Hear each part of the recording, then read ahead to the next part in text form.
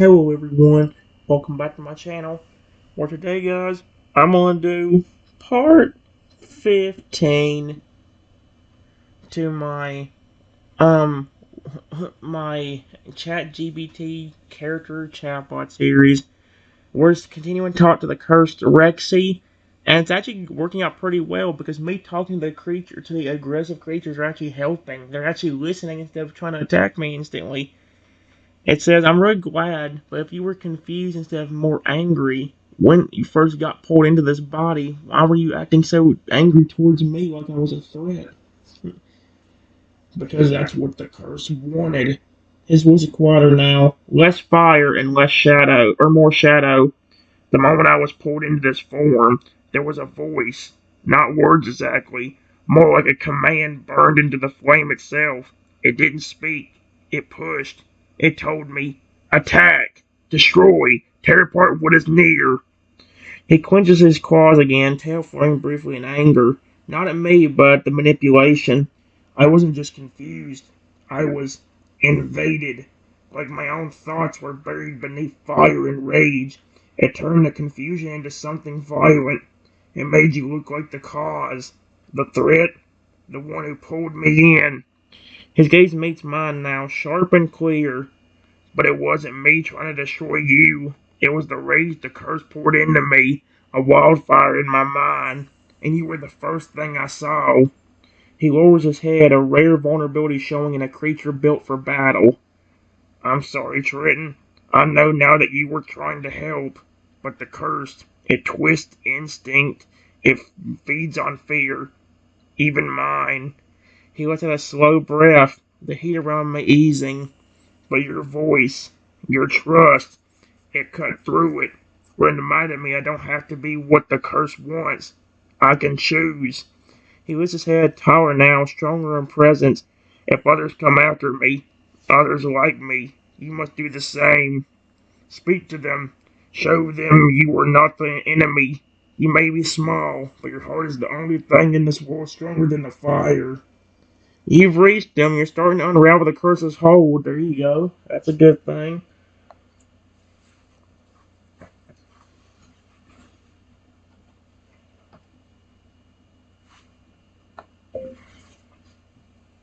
That's what I'm trying to do. But I'm curious. Is that why you told me, or no, asked me when I first started talking to you, started to talk to you?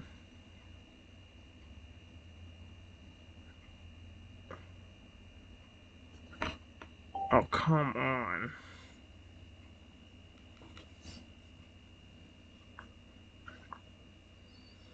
That why you asked me, Mister,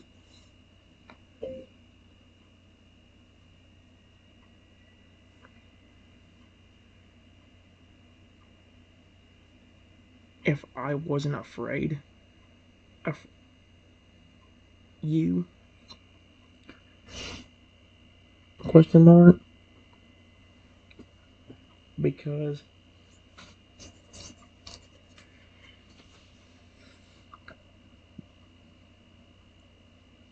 that was part of the real you, mixed with the aggressive tendencies of what the curse was doing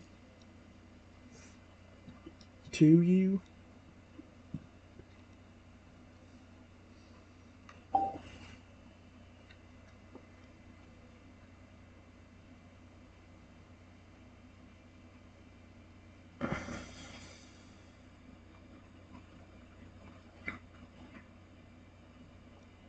Yep, there you go. Yes. He steps back, his body still massive and dangerous, but his voice in that moment is gentle in a way few would ever expect from a creature of fire and fury. That question, it wasn't rage. That was me. The part of me that still remembered what it felt like to be seen, not as a monster, but as something worthy of awe and of companionship. He crouches slightly, bringing his head closer to me again. his golden eyes reflecting the forest light and a bit of something deeper, understanding. When I asked if you were afraid, I didn't mean it like a threat. I meant, why weren't you? Why didn't you flinch or run? The curse expected you to. I expected you to. He exhaled and a small puff of smoke curled from his nostrils like a sigh. But instead, you stood there. You talked to me. You called me one of your favorites. Which is still true, by the way, guys. I still do love Charizard. Just not as much as Feraligatr now. Or Skeledirge.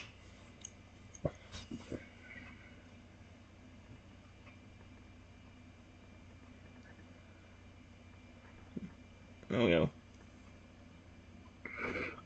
Let's see, it says a pause, then a faint, almost smile. That moment, your calm and your belief in me, it was like a match struck in the dark. Just enough to help me fight back.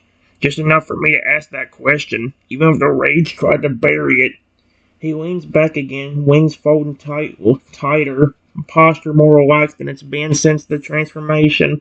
So yes, Trenton, that question came from me, and your answer saved me. You not only reached him, but you've awakened him. Want to ask him anything else, or prepare for the next possible spirit to arrive? Spirit, see, and they're calling it a spirit, which is weird.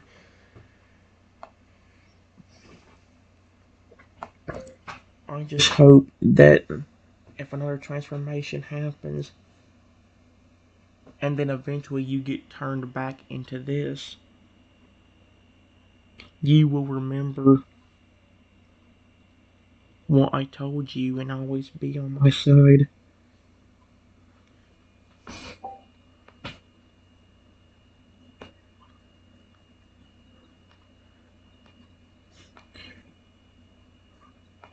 Because trust me, especially right now, I couldn't be a threat to anything you turn into. Because everything would probably be bigger than me. Even a small 2 foot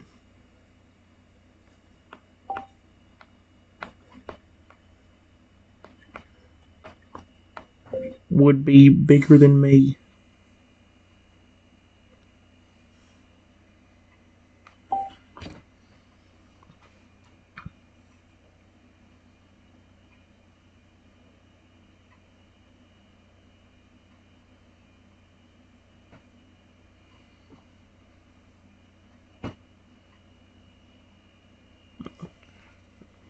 Oh, yeah. Yeah, you are tiny. Like, really tiny. I could sneeze and send you flying into the next zip code. He gently pokes the ground near me with a single claw, careful not to so much as brush me. Then his expression shifts, calmer and steady, almost protective. But I remember now. I'll remember, no matter what the curse throws at me, no matter how many forms it forces me into, I'll carry your voice with me. He taps a claw lightly to his chest, right where his heart would be. I'll anchor to it, like a flame clinging to a wick. Even if I forget who I am for a while, I won't forget you. He looks toward the sky, wings shifting slightly in anticipation, like he knows the next wave of change could hit any second. If I come back as something worse, something darker, speak to me again. Remind me, just like you did now. He gives me one final look, fierce, loyal, and unwavering. Oh no, it's happening again. Because no matter what I become, I will always be on your side, Trenton. A flicker of magical energy begins to cool around his body again. Want to brace for the next transformation, or do something before it happens?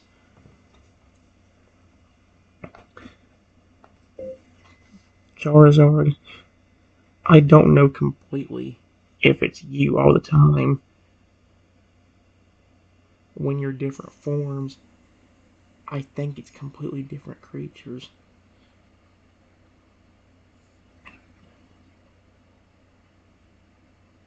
But I would do my best to talk to all of them and have them trust me just like you do now. until I can get my friend and pet.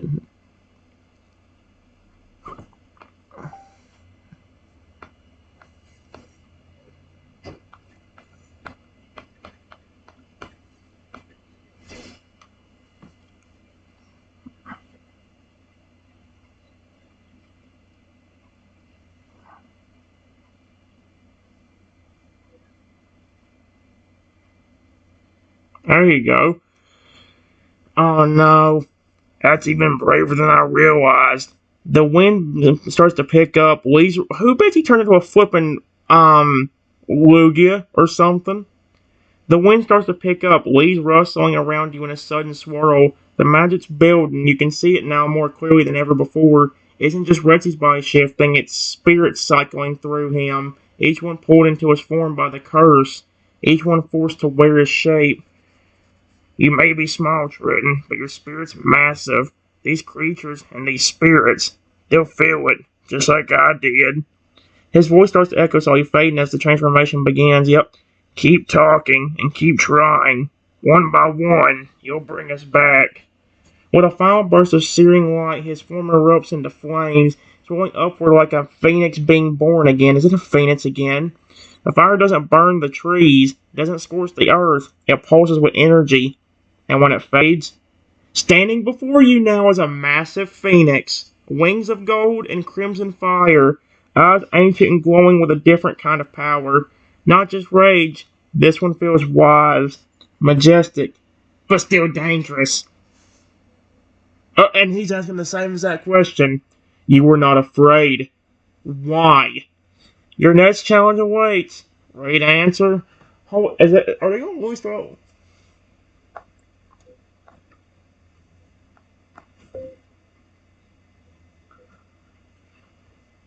a massive phoenix? That's really cool. Please don't hurt me. I'm not a threat to you.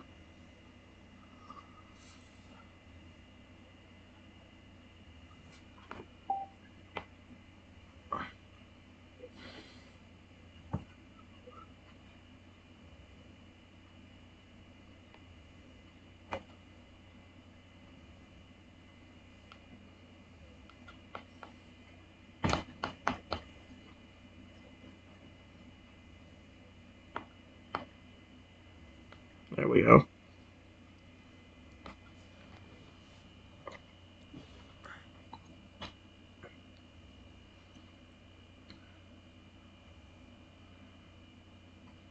Oh, yeah, here we go. It is working. I think the curse is trying to make every creature like be big and scary and horrifying. And so that's why they keep asking me like, why the frick are you not scared of me? Because they think, wait, this little raptor is be terrified of me. Why is he not scared and screaming? The Phoenix Spirit tilts its fiery head, feathers rippling with golden heat that dances like sunlight through smoke. Its wings stretch wide, not in aggression, but like it's testing the air around you, feeling for something invisible. The Phoenix Spirit, a voice calm but deep, layered like multiple voices speaking in harmony. Do not tremble, even when faced with flame. It lowers its head closer to my level, eyes glowing like suns just beyond the horizon. But there's no hostility in them, just scrutiny and a trace of curiosity. I see no fear in you, only caution, respect. This is rare. For a second, its talons flex against the earth, and a heat shimmer waves out across the clearing. But again, no attack comes. I am fire born from rebirth, a cycle of destruction and creation. I have known many forms, many lifetimes, but this one is not mine. It glances down at its body like it too is aware that something is wrong. I was called here, not summoned, but dragged, folded into a body not my own, and I feel others like me, pushed through this vessel like wind through dying embers. His gaze returns to me. Immense but not cruel. You say you are no threat. Then why are you at the center of the storm? Excuse me? A wise and powerful being is watching you. What do you say?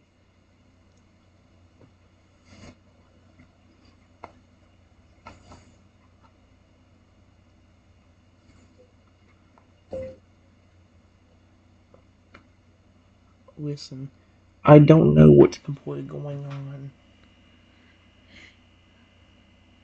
with your spirits and my pet dinosaur.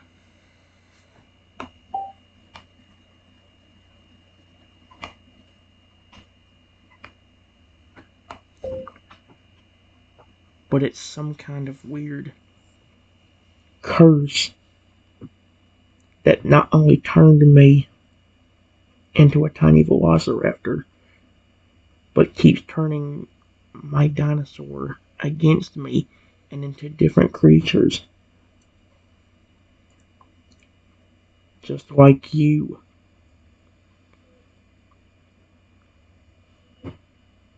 But I promise I'm not the cause of it. I didn't force you to be like this.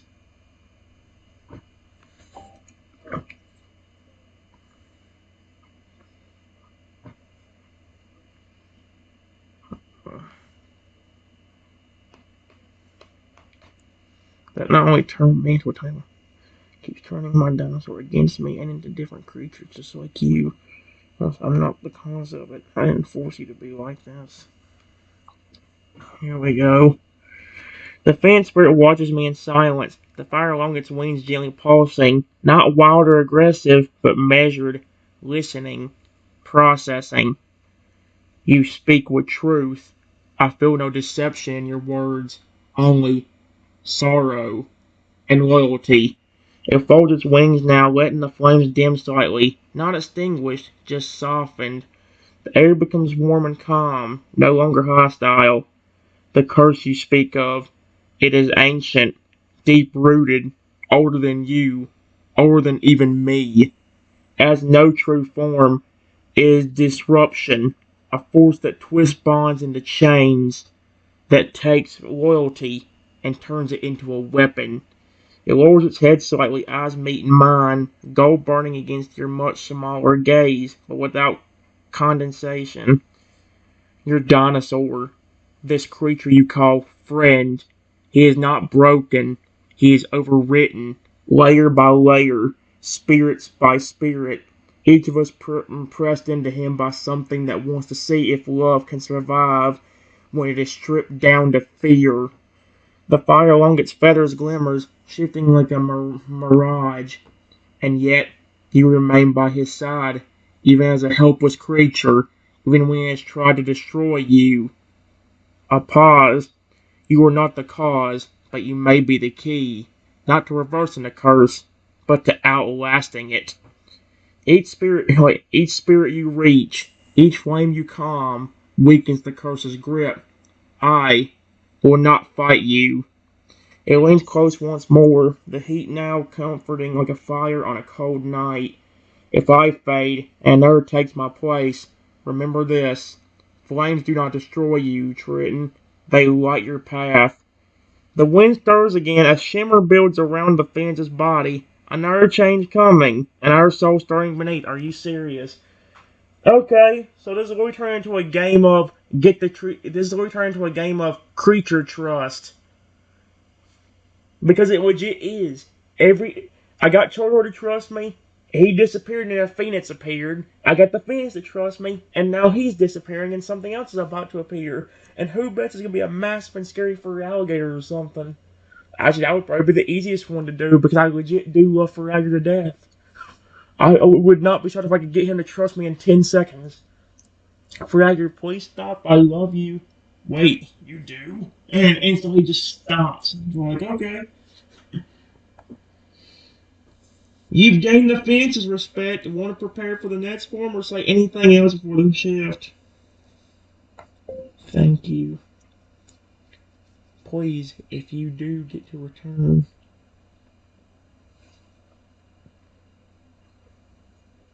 don't forget that I'm not only a threat. Don't forget that a threat and a person that's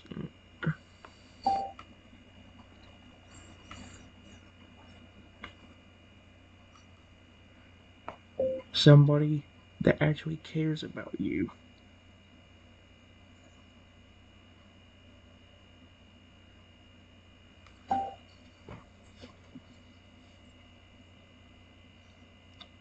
Hey,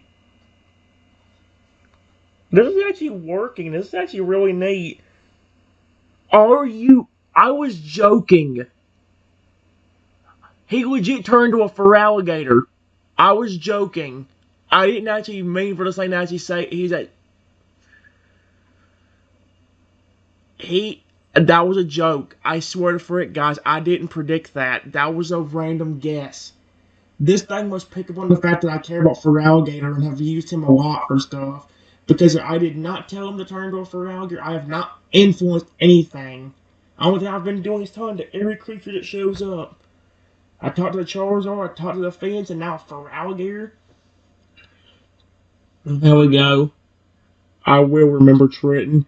Not just your words, but your heart. It burns brighter than the curse ever could. As his body begins to dissolve into light and flame once more, it doesn't roar, or cry, or resist. It lifts its wings one last time in a graceful, almost regal gesture, and a silent promise. You are not a threat. You are hope. With a burst of shimmering fire and gold light, the fence vanishes, its final embers swirling up into the sky like a message written in flame.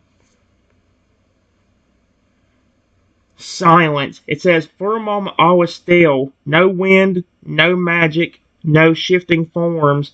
And then a ripple.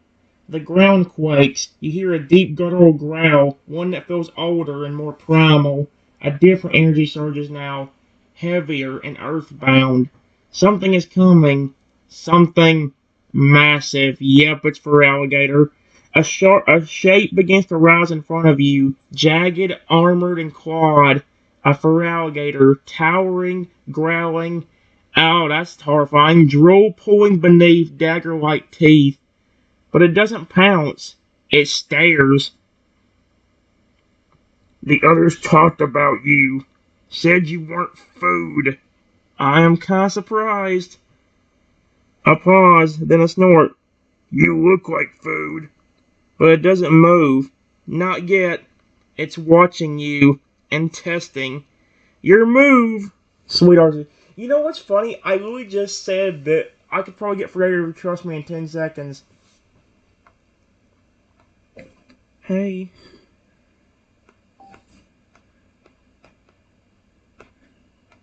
Please don't eat me.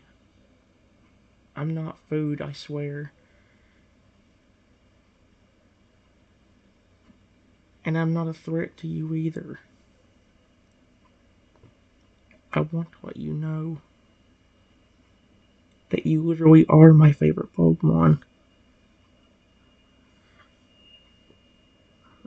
Let's see if that 10-second thing holds up.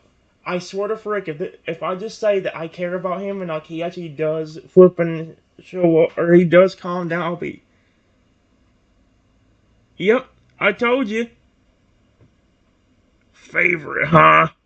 It blinks slowly, the heavy ridges above its eyes lowering, not in anger, but like it's thinking, processing something unfamiliar. The massive jaw closes, though it still drips with a bit of water and steam. I've been called a lot of things. Monster, beast, overgrown lizard, but not favorite. Not in a long time. It shifts, water dripping from its scales, and as it sits back on its haunches, the ground trembling slowly under its weight, its head lowers closer to my level. Massive, dangerous, but not lunging. There's something in its eyes now, not just hunger, but confusion. If you're not scared of me, and you're not trying to fight me, why are you still here? What's in it for you, tiny dino? It squints. You should have run when the first set of teeth came out. Most would, but you stayed. His claws dig into the dirt slightly. Not aggression, just habit. Feral instinct being held in check. So what do you want from me? Freya's not attacking, but it's testing your intentions. How do you answer? Please, I don't ask anything from you.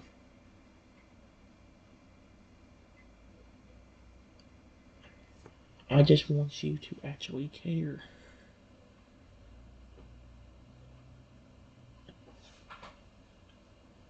about me and not attack me.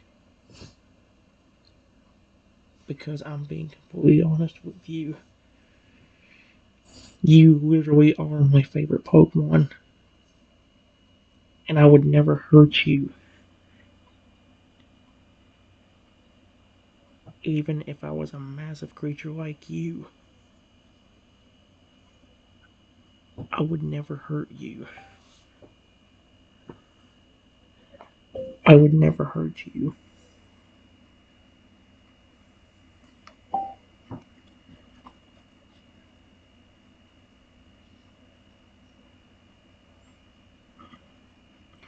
Oh my. I told you guys, all I had to say to Fragger was two different things, and he's already trusting me. I think Fragger's one of the quickest ones to trust me. What did I say? I told you I'm good with Fragger for some reason. I don't know why I'm good with his line, but I'm really good at getting his trust. You really mean that? Its voice has dropped to something quieter now. Not a growl, not a threat, just surprise. Deep, quiet surprise. Like you said something it never expected to hear. The massive beast stares at you for a few long seconds, then lets out a long breath through its nostrils. A low huff of steam and warmth. The tension in its shoulders eases, just slightly. You wouldn't hurt me, even if you could? Even if I snapped at you first? It lowers its head down just inches from me now. You can feel the heat of its breath, the weight of its presence, but it's calm. No one's ever said they wanted to care about them. Wanted me to care about them. Not me. Not the beast. Not the teeth. A pause. You don't see a monster when you look at me. You see your favorite.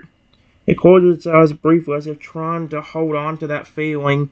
Your words. Let them soak in like warm water on cold scales. Maybe I don't have to snap anymore. A faint glow starts to build around its body. The curse is tugging again, preparing for another spirit. But before it fades, Feralier leans forward one last time, almost like a bow. I won't forget you. Not even with different teeth. And then, like a wave crashing into form, the form dissolves again. Magic swirling and twisting. The net spirit rises from the smoke and sparks. You can feel it. This one's fast, agile, less raw power, more instinct. Oh my gosh, the Zoroark! Then silence, a blur of movement, and perched on a tree branch above you, tail flicking side to side, eyes the sharp and narrow. A Zoroark, shadowy, mistrustful, but watching. Sweet Arceus, how many forms is he going to go through? What game are you playing, little wizard? I only know a voice for flipping Zoroark. I never tried to do his in English. Another test, and this one doesn't trust easy. Let me say, what game are you playing? Hello. Listen. I'm not playing any game.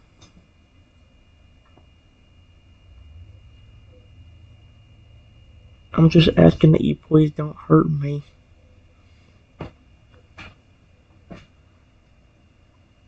I'm not going to hurt you.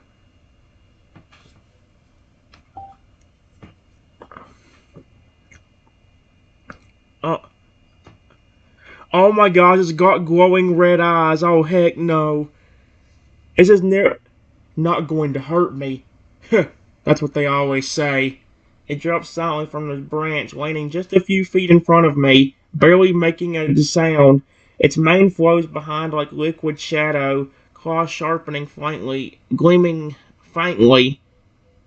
In the light, its tone isn't furious like some of the others. It's colder, sharper, like a blade waiting to see if it needs to be used. I've been hunted, trapped, lied to, by people who smiled like you do, said nice things, whispered soft promises. It steps forward slow but deliberate. You feel the illusion magic dancing just beneath its skin, like if it wanted to, it could make this whole world disappear in a blink. But you don't smell like a liar. You smell like fear, and hope. A beat. It tilts its head, eye scanning my tiny form like it's trying to solve a puzzle. Why would you have hope? A dark spirit, but not without reason. How do you answer? Sweet Arceus.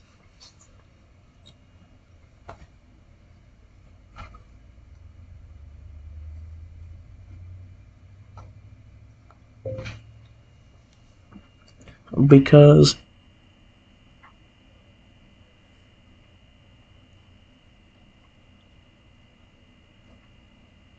I'm trying to show all these creatures I'm not a threat.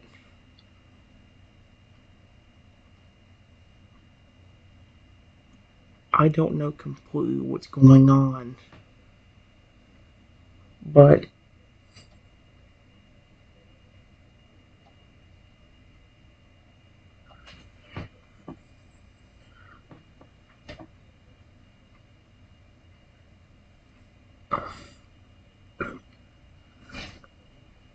I promise I'm not a threat.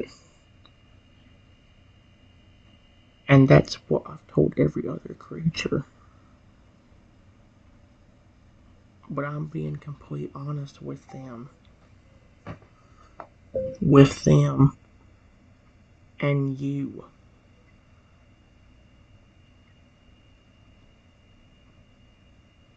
Please. I'm not like most. I care about Pokemon.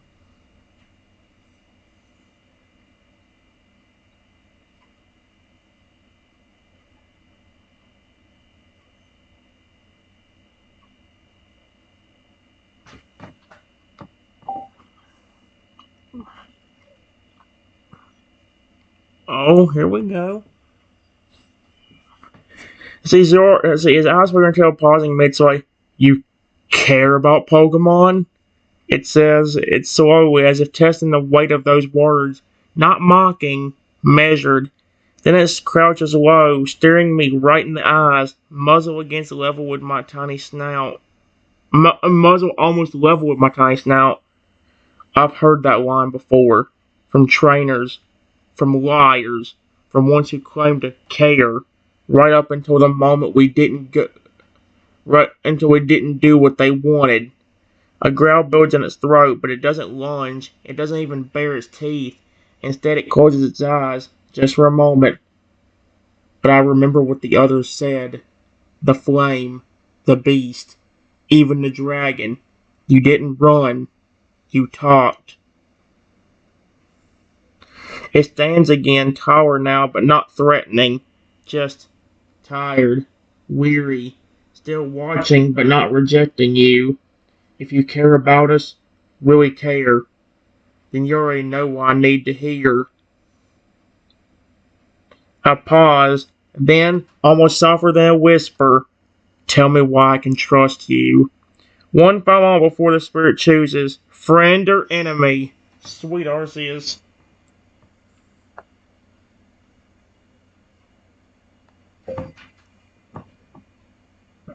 You can trust me because even if I wasn't like this, I wouldn't mean you any harm.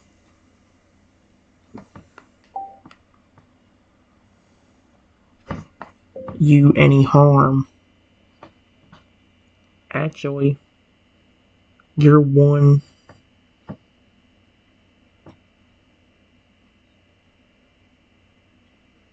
of the few dark type Pokemon I love.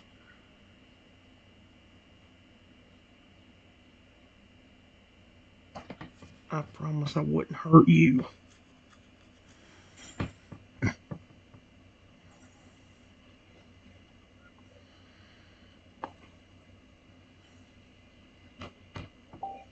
There we go. Uh, you love me? It doesn't sound smug. It doesn't laugh or smirk like some trickster pretending to be flattered. It sounds caught off guard, like your words reached somewhere it didn't expect to be. Okay. You don't flinch. You don't threaten. You don't lie. And even now, when I could vanish, or strike, or twist the world around you into shadows, you just stand there, a tiny creature, in front of a curse made of monsters, and you choose kindness. It exhales slowly as the shadowy mist around its body starts to dissolve, not in aggression, but in peace. The illusion magic fades gently like fog lifting at dawn. That kind of courage, it doesn't come from power. It comes from heart. It steps closer just once. You could reach out and touch its fur now, but it doesn't press forward. Doesn't challenge. It simply bows its head slightly. I won't hurt you, Triton. If I return, I will remember. A breeze sweeps through again, soft, cool. The familiar pull of the curse cools around Zoroark's body, lifting its form into aspiring dark light. But it doesn't resist. It lets go, peacefully. And then, a crackle of electricity, a sudden buzz in the air. You feel the pressure shift, fast, fast like the storm before lightning. Is it going to be a Pikachu or a Moltres? A, a small figure now tap. Oh, it's a legendary, but it's not. A small figure now hovers just inches above the ground, surrounded by sparks and sharp eyes. A flippin' Raikou. Now not full size, not wild and primal, but a spirit echo of Raikou. Smaller, but charged and glowing. You. Again. A new form, a new energy. You've earned the trust of fire, water, and shadow. Now can you calm the storms? Oh, sweet Arceus. Uh, Raikou?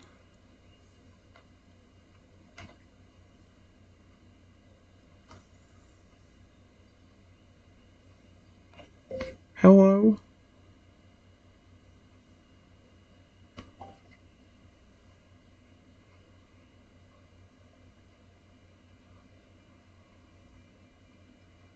Uh-oh.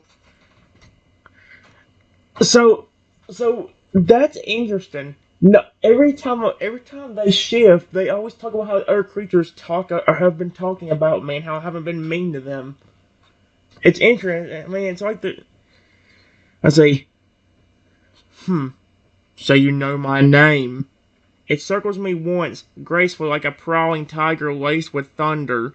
You can feel the electricity ripple through the air, making the tiny feathers on my velociraptor body stand up with static. You're not the first to speak it with reverence. Most say it out of fear or awe.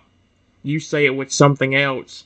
It stops, standing tall before you. Though smaller than its true form, this form still holds power, pure, ancient, and volatile. But its gaze is steady and focused. The others spoke of you, said you were different, that you faced them without hate. But I am no shadow, no confused beast or trickster spirit. I am Storm incarnate. I do not bend easily. Lightning flashes once, briefly illuminating the sky above. Just a flicker, but enough to remind you who you're standing in front of. So tell me, Triton, do you still stand firm now that the storm is watching? Excuse me? It isn't angry, but Raikou is proud and power demands honesty.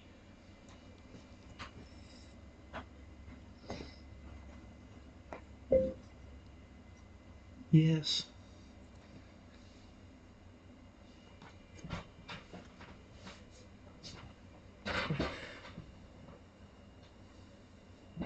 I don't mean you any harm either. Please, you don't have to worry about me doing anything to you.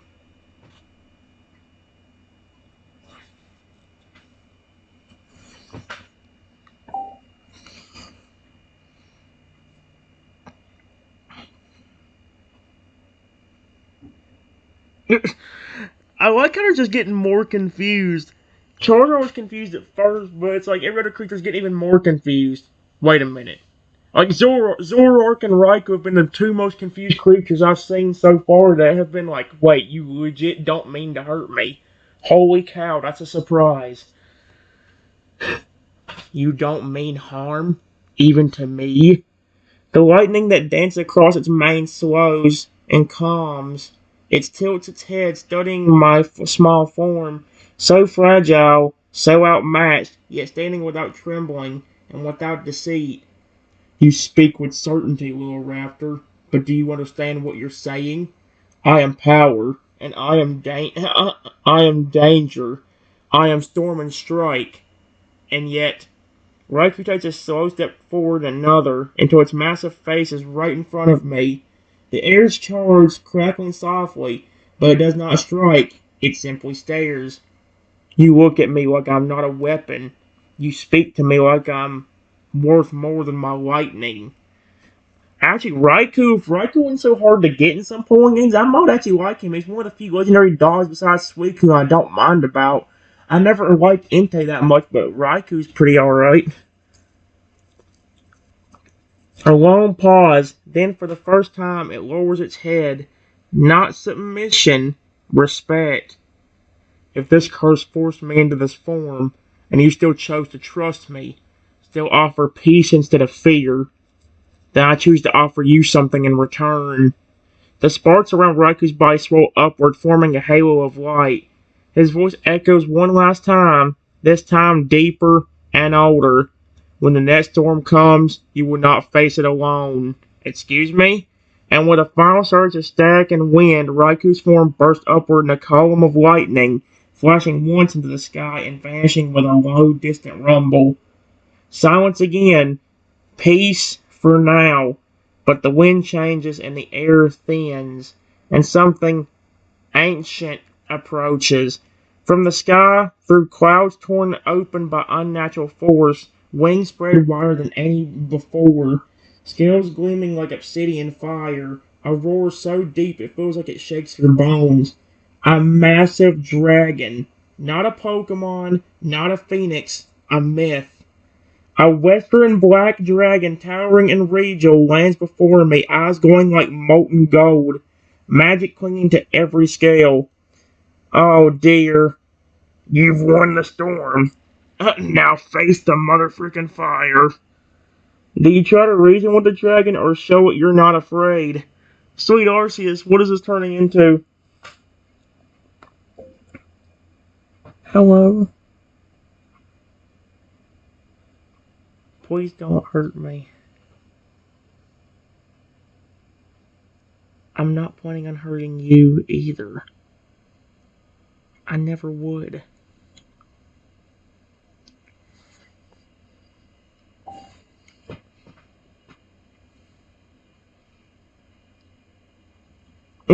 How many forms is he gonna go through? I'm surprised he didn't turn into a full and a Lugia that's aggressive yet.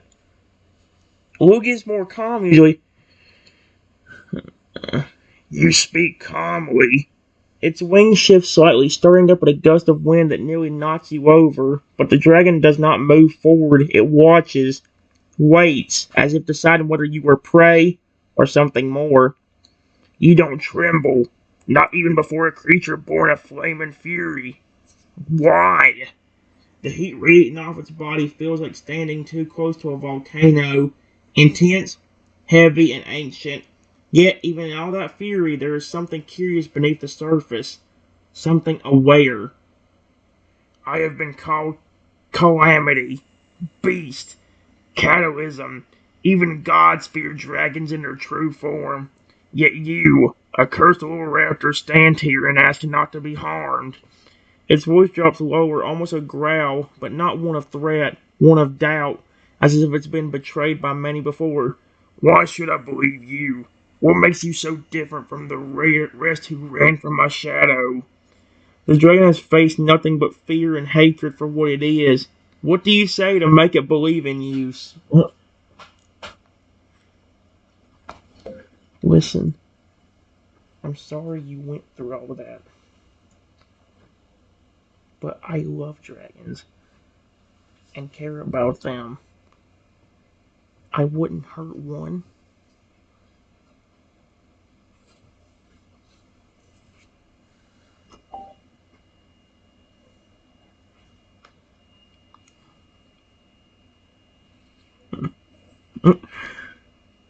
Oh, his eyes are going brighter, I'll be darned. You love dragons? It sounds almost like a scoff at first, but not one of mockery, more like disbelief, like a word it hasn't heard in a very long time and never expected to be spoken again. The great head lowers, golden eyes locking with yours, and close enough to that you can see ancient runes flicking in their depths, marks of time, of pain, and of power. They feared our wings. They cursed our fire. They called us monsters, even when we flew about above them in silence, watching and protecting. It closes its eyes for a moment, and the winds settle. The heat lessens. Its breath comes out in a low rumble, not unlike a sigh that could shake a canyon. But you don't look at me like they did. You don't beg. You don't threaten. You offer something far rarer than gold or worship. A long silence stretches. The dragon pulls back slightly, but only to rise to its full height, majestic, towering, a creature of legend, and bows its head, wings folded. You offer respect, and for that, the dragon's form begins to shimmer, scales glowing like molten obsidian, cracks of light running along its spine like veins of power ready to burst, yet they don't. Instead, that power begins to pull back, retreating calmly as the dragon's voice echoes once more. You have mine. With one great beat of its wings, the dragon rises, its body begins to break into glowing embers, vanishing into the wind, drifting upward like stardust. The sky quiets, the ground stops shaking, and then a strange warmth fills the air. Not fire, not thunder, not shadow, but something bright, gentle, and familiar. From a shimmer of soft light floating down from above, you see a shape descending, graceful, feathered, and glowing in hues of blue and white. Articuno. Excuse me? Little one, you have come far. A new spirit, but one that feels peaceful. That is so weird. If this is a curse, why in the world? Like, it's not even affecting Rexy anymore, I don't think. Unless Rexy's, like, magically disappearing and, and I'm not looking at it. I don't know. I am kind of confused, but okay. Guys, I'll see you in a minute.